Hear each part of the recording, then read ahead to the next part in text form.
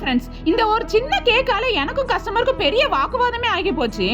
Customer ரொம்ப tension ஆகி என்கிட்ட கோவமா பேச ஆரம்பிச்சிட்டாங்க. இதுக்கு நீங்களே ஒரு பைசல் பண்ணுங்க.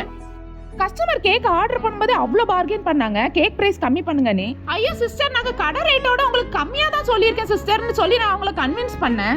அட்வான்ஸ் ஒரு half அமௌண்ட் பே பண்ணிருங்கன்னு சொன்னேன், அவங்களும் பே பண்ணிட்டாங்க. சரி அப்ப எனக்கு ஃப்ரீயா டெலிவரி பண்ணிருங்க அப்படின்னு சொல்லிட்டு அவங்க லொகேஷனை சொல்லியிருந்தாங்க. அவங்க லொகேஷன் பக்கம்ங்கிறதுனால ஓகே சொல்லிட்டேன். கேக் எல்லாம் ரெடி பண்ணி முடிச்சுட்டு அவங்களுக்கு டெலிவரி பண்ணிடலாமே கால் பண்ணி அவங்க எடுக்கவே இல்ல. அடுத்த நாள் கஸ்டமர் கால் பண்ணி நான் லுங்கம் பக்கத்துக்கு வந்துட்டேன், எனக்கு அங்க டெலிவரி பண்ணிருங்கன்னு சொன்னாங்க. அது எனக்கு ரொம்ப தூரம், நான் டெலிவரி ஆப்ல வேணா போட்டு விட்டுறேன், 250 rupees ஆகும்னு சொன்னேன். அவங்க உடனே என்கிட்ட ரொம்ப கோவமா பேச ஆரம்பிச்சிட்டாங்க.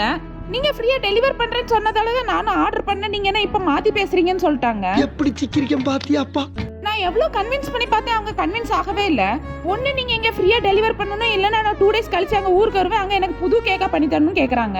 அப்படி பண்ண இந்த கேக்கோட பிரைஸ் எனக்கு நஷ்டமாயிரும். இதுக்கு என்ன பண்ணலாம்னு நீங்களே கமெண்ட்ல சொல்லுங்க.